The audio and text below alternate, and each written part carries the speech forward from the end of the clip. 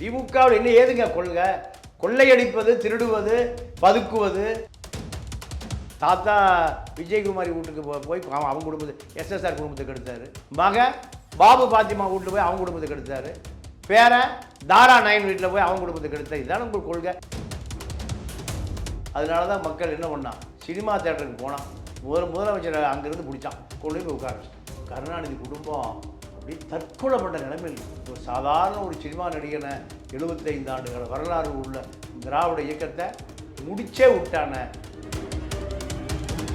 சேகர் பாபு அவர்களை திமுக ஓரம் கட்டப்படுறாருன்னு சொல்ற செய்தியும் வருது. அதுக்கான வாய்ப்பு இருக்கா? முதல்ல இல்லைங்க, சேகர் பாபு திருடி துர்காவுக்கு தான் கொடுத்தாரு. இப்போ துர்காவி மேலே ஓரம் கட்டணும், கட்டுவாங்களா?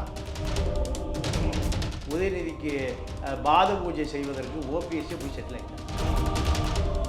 இப்போ வேலுமணி திமுகவில் சேர போகிறார். அபிஷியலா சார்? அபிஷியல். அவர் கொங்கு மண்டல தளபதியாக மாற போகிறார் திமுகவுக்கு. செந்தில் பாலாஜி கரூர் மண்டல தளபதியாக போக போகிறார். அவர் அங்கே கொள்ளையடிப்பார், இவர் இங்கே கொள்ளையடிப்பார்.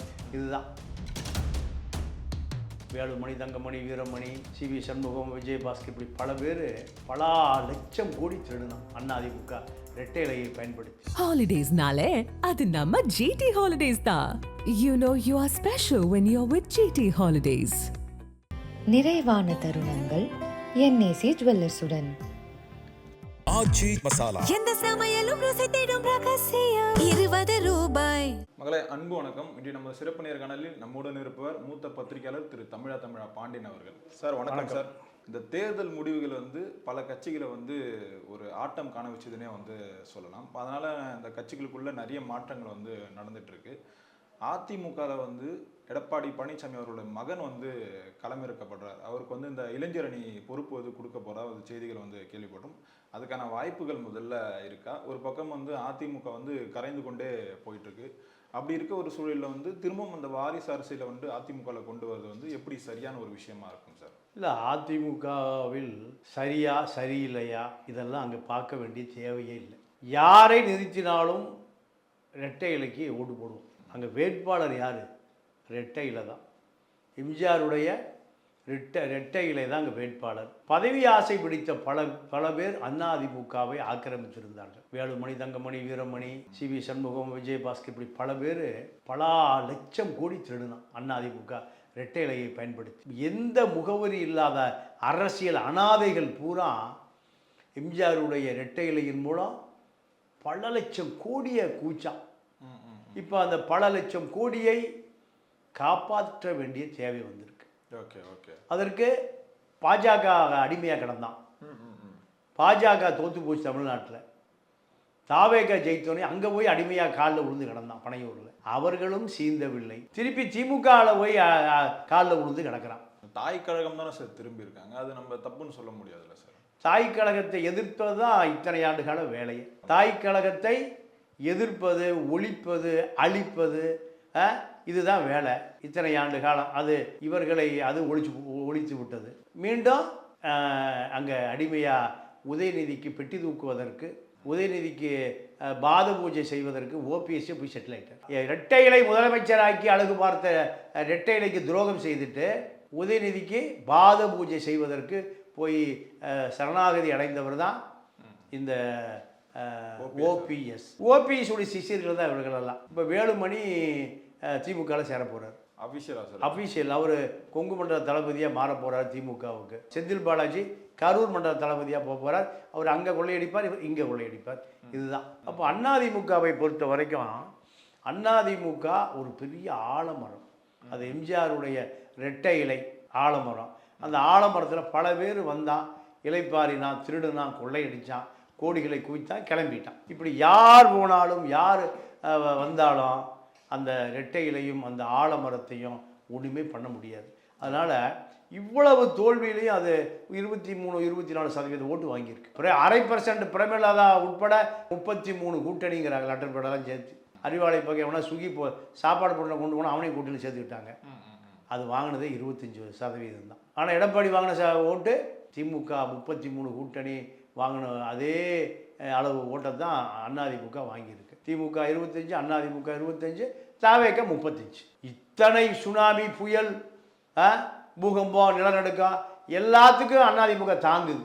அதிமுக தாங்கலை, எம்ஜிஆரும் இரட்டை இலையும் தாங்கு. அதனால் நவீன், கிவீன், கவீன், புவீன் யார் வந்தாலும் யார் போனாலும் அந்த வாக்கு அப்படியே இருக்கும். அதை யாராலும் அசைக்க முடியாது. அதை எடப்பாடி போராட்டம் பண்ணி அதை காப்பாற்றிட்டு இருக்கார். அதனால் அதுதாங்க வாக்கு வங்கியை தவிர எந்த நவீன் வந்தாலும் சரி, மிதுன் வந்தாலும் சரி, அதெல்லாம் அங்கே ஒரு பெரிய விஷயமே இல்லை. எத்தனை செந்தில் பாலாஜிகள், ஏவா வேலுகள், சேகர் பாபுகள், இப்படி எத்தனையோ பேர் போயிட்டான். அந்த கட்சி ஏதாவது சேர்க்காச்சா? ஆகலை. 10 முறையில் 15 முறை தோல்வி அடைந்தாலும் அதுதான் மீண்டும் அதிகாரத்துக்கு வரும். திமுகவுடைய நம்பிக்கை வாக்கு முஸ்லீம் வெளியே போயிட்டான், கிறிஸ்துவர் வெளியே போயிட்டாங்க, தலித்துகள் வெளியே போயிட்டாங்க, திருமாவளம் திருவா கத்துறாரு. ஆனால் அதிமுக எடப்பாடி உறுதியாக யார் வேணால் போங்கப்பா, யாருமே இருக்க வேண்டாம், தொண்டை இருக்கான். யார் இருக்கா? தொண்டர்கள் இருக்கிறார்கள். இவர்களெல்லாம் கொள்ளையடிப்பதற்கு வந்தவர்கள் கொள்ளையை அறுவடையை முடித்து விட்டு வெளியேறி விட்டார்கள். அவ்வளோதான். அதனால் அதிமுக, திமுக, தாவேகாவுக்கு 3 கட்சிகளுக்கும் அடிப்படையான கட்சி இரட்டை இலையும் எம்ஜிஆர். இல்லை சார், இப்போ நீங்கள் சொல்கிறீங்க எடப்பாடி வந்து இப்படியோ போராட்டம் பண்ணி அதிமுக வந்து காப்பாற்றிட்டு இருக்காருன்னு சொல்லி. ஆனால் இப்போ கட்சியிலேருந்து போகிறவங்க எல்லாம் சொல்கிறது என்னென்னா, எடப்பாடி வந்து ஒரு சர்வாதிகாரி ஆட்சி வந்து பண்ணுறாரு, அவரால் தான் வந்து இந்த இரட்டை இலையும் சரி அதிமுகவும் சரி இந்த வீழ்ச்சி நோக்கி போயிட்டுருக்கு, அது மொத்தமாக அழிச்சிட்டு தான் வந்து கட்சியை விட்டு வெளியே வர்றாருன்னு சொல்லி இந்த விமர்சனங்கள் வருது. இந்த விஷயத்தை நீங்கள் எப்படி பார்க்குறீங்க? இல்லை, அதான் முதல்லையே சொல்கிறேன், எல்லாத்தையும் முதல்லையே பதில் சொல்லிட்டேன். இவர்கள் பூரா கொள்ளையடிக்க வந்த கூட்டம். ஸோ ஒருத்தர் வந்து நம்ம அப்படி எல்லாமே அப்படித்தான். ஒருத்தர்னா யார்? ஒருத்தர் தங்கமணியா, இல்லை வேலுமணியா, இல்லை சிவி சண்முகமா, விஜய் பாஸ்கரா, எல்லாம் கொள்ளையடிக்க வந்தவனுக்கு தானே. இவனுக்கு இது யாருக்கா? எம்ஜிஆர் தெரியுமா? எம்ஜிஆர் தெரியாது. ஜெயலலிதா போட்ட பிச்சை. ஜெயலலிதாவுக்கு இவங்கெல்லாம் அடியாட்கள், சசிகலாவுக்கு இவர்கள் அடியாட்களை தவிர இவனுக்கு ஏதாவது கொள்கை கோட்பாடு தெரியுமா? ஒவ்வொருத்தர்கிட்ட குறைஞ்சி 50,000 கோடி இருக்குது. அதனால தான் பாஜக காலில் போய் விழுகிறான், திமுக காலில் விழுகிறான், புஷி காலில் போய் விழுகிறான். கொள்கை இருந்தால் எவன் காலையும் விழுக மாட்டான். கம்யூனிஸ்ட் சண்முகத்தை எவன் காலையும் விழுக சொல்லுங்கள். தூக்கில் போடுங்க, அவரை விழுவாரா? அவர் காலிலேயாவது நல்ல கண்ணு விழுவாரா? இவர்களெல்லாம் மனிதர்களே அல்ல. இவர் இன்னொரு 10 நாள் இவர்களை மறந்துடுவோம். 10 நாளில் இவர்கள் ஓபிஎஸ் என்ன ஆனார், சசிகலா என்ன ஆச்சு, டிடிவி என்ன ஆனது, அதை யாருக்கே தெரியுமா? அதிமுக இவர்களெல்லாம் போனால் ஒரு கோடி தொண்டை போனான்னு எல்லாம் பேசிகிட்டு இருந்தாங்க. என்ன ஆச்சு? ஓபிஎஸ் காணோம், சசிகலா காணோம், டிடிவி காணோம். அது அவர்களுக்காவது ஏதோ ஒரு 3 மாதம் பேசலாம். இவர்களெல்லாம் அடுத்த வாரம் மறந்துடுவோம். அதனால் இதெல்லாம் பொருட்படுத்த வேண்டிய அவசியமே இல்லை. பாமக மட்டும் அதிமுக கூட்டணியில் இல்லைன்னா அதிமுக வந்து ஒரு 4 சீட்டுக்கு மேலேயே வந்து ஜெயிச்சிருக்காது. இத்தனை சீட்டுகள் ஜெயிக்கிறதுக்கு காரணமே வந்து பாமக தான். இதே வந்து பாமக போட்ட ஒரு பிச்சை தான் அப்படின்னு சொல்லிட்டு சிவி சண்முகம் அவர்கள் வந்து சொல்லி கடைசி காலத்தில் வன்னியராவது என்னை காப்பாற்றுவான், வன்னிய மக்களாவது அந்த பசுபதி உதையிலேருந்து காப்பாற்றுவான். பசுபதி மாவட்ட செயலாளர் அவரும் வன்னியர் தான். துரத்தி உதைக்க போகிறான் ராதாகிருஷ்ணனையும் சண்முகத்தையும். அப்போ தன்னை சமூகமாவது காப்பாற்றுமான்னு இப்போ கடைசி நேரத்தில் மரண ஓலம் இருக்கும்ல, அதுதான் சிவி சண்முகம். தமிழ்நாடு முழுக்க பாமக அனுப்பித்தான் அதிமுக இருந்து இவ்வளோ காலமாக. பாமக இல்லைன்னா அதிமுக எப்போ அழிஞ்சு போயிருக்கு. பாமக இல்லைன்னா எம்ஜிஆரே இல்லை, பாமக இல்லைன்னா ஜெயலலிதாவே இல்லை, பாமக இல்லைன்னா எடப்பாடியே இல்லை. இதுதானே தமிழ்நாட்டு நிலவரம். பாமகவை நம்பி இல்லை. பாமக பெல்ட்டில் விஜயகாந்த் 2011 எதிர்கட்சி தலைவர் ஆனார். ராமதாஸ் காணாமல் போயிட்டார். இப்போ தான் ராமதாஸுக்கு அவர் யாருக்கு தெரியுது. ராமதாஸ் ஆள் அனுப்பி இவரை போட்டுத்தள்ள அனுப்பி கொலை செய்ய முயற்சி செய்து காருக்கு அடியில் படுத்து தப்பிய நபர் தான் இந்த டாஸ்மார்க் சண்முகம். எங்கே தப்புனாரு? காருக்கு அடியில் படுத்து கிடந்தார், இல்லைன்னா செத்து போயிருப்பார். சிபிஐ வரைக்கும் அந்த வழக்கு நடந்தது. ஜெயலலிதா கூப்பிட்டு வாபஸ் வாங்கியா, பாவம் ராமதாஸ் வயசாகி போச்சுன்னு சொன்னார். இந்த சிவி சண்முகம் இப்போ பேசுகிறார். சிவி சண்முகத்துக்கு ஒரு 50,000 கோடி இருக்குது மணல் குவாரியில். கல்வியை விற்று இத்தனை கோடியை விற்று வாரிசுக்கு இடுப்பு கீழே வாரிசே இல்லை. அதை நான் ரொம்ப டீப்பாக போக விரும்பலை. அப்போ உனக்கு எதுக்கு? இப்போ நீ ஒரு அரசியல் அனாதை கடைசியில் அந்த ஜாதி பார்த்தா உனக்கு தெரியுது. இத்தனை நாள் உனக்கு அந்த ஜாதி தெரியலையே. அப்போ அதிமுகவை காட்டி கொடுப்பதற்கு பாமக இல்லைன்னா அதிமுக இல்லை. கன்னியாகுமரியிலிருந்து சென்னை வட சென்னை வரை பாமக அனுப்பி தான் அதிமுக இருந்ததுன்னா நீ பாமகவே இருந்திருக்கலாம். எதுக்கு அதிமுக வந்த? அதிமுக இப்போ பாமக போட்ட பிச்சைனா நீ அங்கேயே இருந்திருக்கலாமே. உன்னை எவன் இங்கே கூப்பிட்டான்? இன்னொரு 1 வாரம் அந்த டாஸ்மார்க் சண்முகத்தை பற்றி செய்தி போடுவான், அப்புறம் அவனையும் மறந்துடுவான். இதுதான் அரசியல். இப்போ அதிமுகவுக்கு வந்து அந்த எதிர்காலம் வந்து இல்லை. இதுக்கப்புறம் வந்து தமிழ்நாட்டு அரசியல் களத்தில் வந்து தாவேகா வர்சஸ் திமுக அந்த அப்படிதான் அந்த மோதல் போக்கு இருக்கும்னு வந்து சொல்கிறாங்க. கட்சியிலிருந்து முக்கியமான ஆட்கள் எல்லாரும் போயிட்டாங்க. இதுக்கப்புறம் இப்படி அதிமுகவுக்கு வந்து ஒரு எதிர்காலம் வந்து இருக்கும். மீண்டும் தமிழ்நாட்டில் வந்து அதிமுக வந்து ஆட்சியை பிடிக்குமா? அதுக்கான வாய்ப்பு இல்லைங்க. இப்போ இந்த தேர்தலில் குருடங்கிட்ட சொன்னீங்கன்னா கூட தெரியும், தனிச்சு நின்று 25% வாங்கியிருக்கு. குருடன், காது கேட்காதவன், கண்ணு தெரியாதவன், மூளை பிதற்றியவன் எல்லாரும் கேட்டால திமுக 31 கூட்டணி 25%. முஸ்லீம், கிறிஸ்துவர், தலித்து, கம்யூனிஸ்ட்டு, விசிகா, வைகோ, முஸ்லீம் லீக் எல்லாம் சேர்ந்து எவ்வளோ % ஓட்டு? 25% ஓட்டு. பாமகவும் ஓட்டு போடலை, பாஜகவும் ஓட்டு போடல. எடப்பாடிக்கு டி நகரில் யார் ஜெயிச்சா? புஷி ஜெயிச்சிருக்காரு. வைரத்தோடு மாமிகள் பூரா யாருக்கு ஓட்டு போட்டாங்க? புஷிக்கு போட்டாங்க. அதிமுக போடல. டி நகர் சத்யா ஜெயிக்கலையே. பாமக மொத்தமே 4 சீட்டு தான் ஜெயிச்சிருக்கு. அது அதிமுக ஓட்டுனால. வன்னியர் பெல்ட்டில் அதிமுக ஓட்டு தான் பாமக 4 சீட்டு ஜெயிச்சிருக்கு. 4 சீட்டில் 2 பேர் தான் இப்போ அன்பு பண்ணிகிட்டு இருக்கான். அன்பு பேர் தாவேக்கா போயிட்டான். மேக்ஸிமம் பேசிகிட்டு இருக்கேன், எங்களுக்கு மந்திரி கொடுங்க. இவர் பொண்டாட்டிக்கு மந்திரி கேட்குறாரு, அன்புமணி சௌமியாவுக்கு எங்களுக்கு மந்திரி கொடுங்கன்னு. இப்போ 4-2 கட்சியாக போச்சு. இதுதான் பாமக. அதனால் அதிமுக தான் அடுத்த எதிர்காலம். தாவேக்காவுக்கு எதிர்கட்சி அமைதியாக இருக்காது.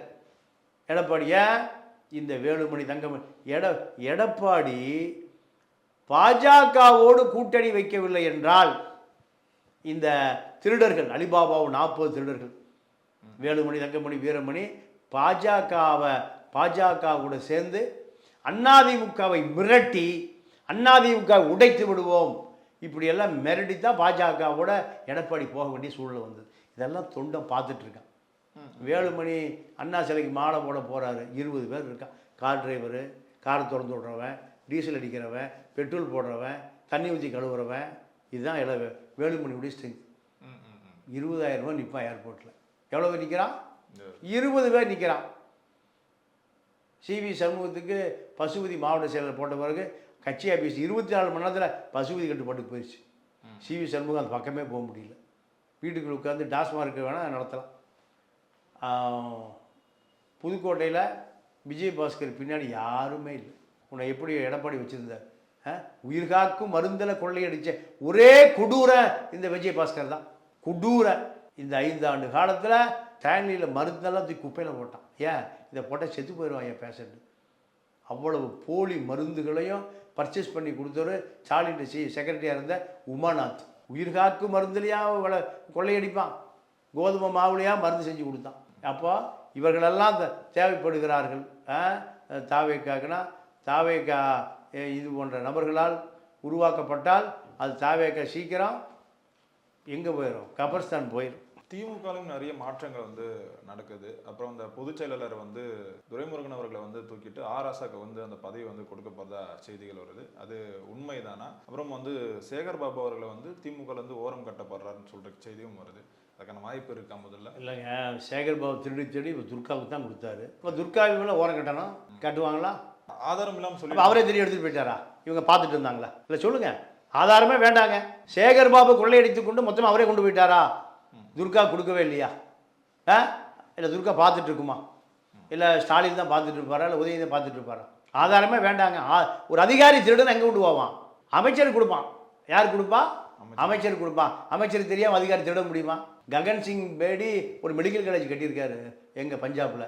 அவரே மெடிக்கல் காலேஜ் கட்டும்போது துறை அமைச்சர் 5 மெடிக்கல் காலேஜ் கட்டியிருப்பான். நகராட்சி நிர்வாக இயக்குநராக இருக்கக்கூடிய ககன் தீப் சிங் பேடி ஒரு மெடிக்கல் காலேஜ் கட்டியிருக்காருன்னா தமிழ்நாடு முழுக்க எங்கே பார்த்தாலும் காவேரி ஆஸ்பத்திரியாக இருக்கா இல்லையா? ஆதாரம் இருக்கா? ஆதாரம்லாம் இல்லையா? இவருக்கு வடபழனி பின்னாடி ஒரு ஆஸ்பத்திரி இருக்குது பார்த்தீங்களா? அது மாதிரி 10 ஆஸ்பத்திரி இருக்குது.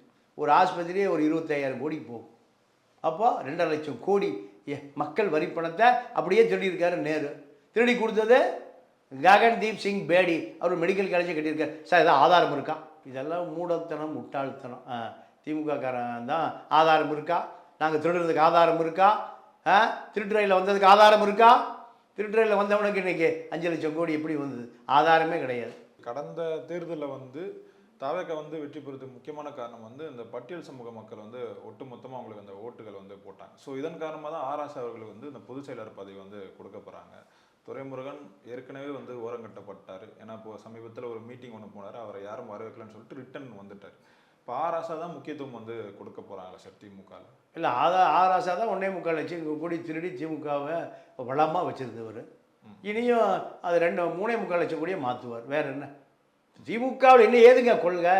கொள்ளையடிப்பது, திருடுவது, பதுக்குவது, மாற்றான் தோற்றத்து மல்லிகையும் மணக்கம், அடுத்து முண்டாடி சுவைக்கும், இதுதான் அங்கே கொள்கை. தாத்தா விஜயகுமாரி வீட்டுக்கு போய் அவங்க குடும்பத்தை, எஸ்எஸ்ஆர் குடும்பத்துக்கு எடுத்தார். மகன் பாபு பாத்திமா வீட்டில் போய் அவங்க குடும்பத்துக்கு எடுத்தார். பேரன் தாரா நாயன் வீட்டில் போய் அவங்க குடும்பத்துக்கு எடுத்தார். இதுதான் உங்களுக்கு கொள்கை. வேறு ஏதாவது அரசியல் மாற்றம் ஏதாவது நடந்திருக்கா?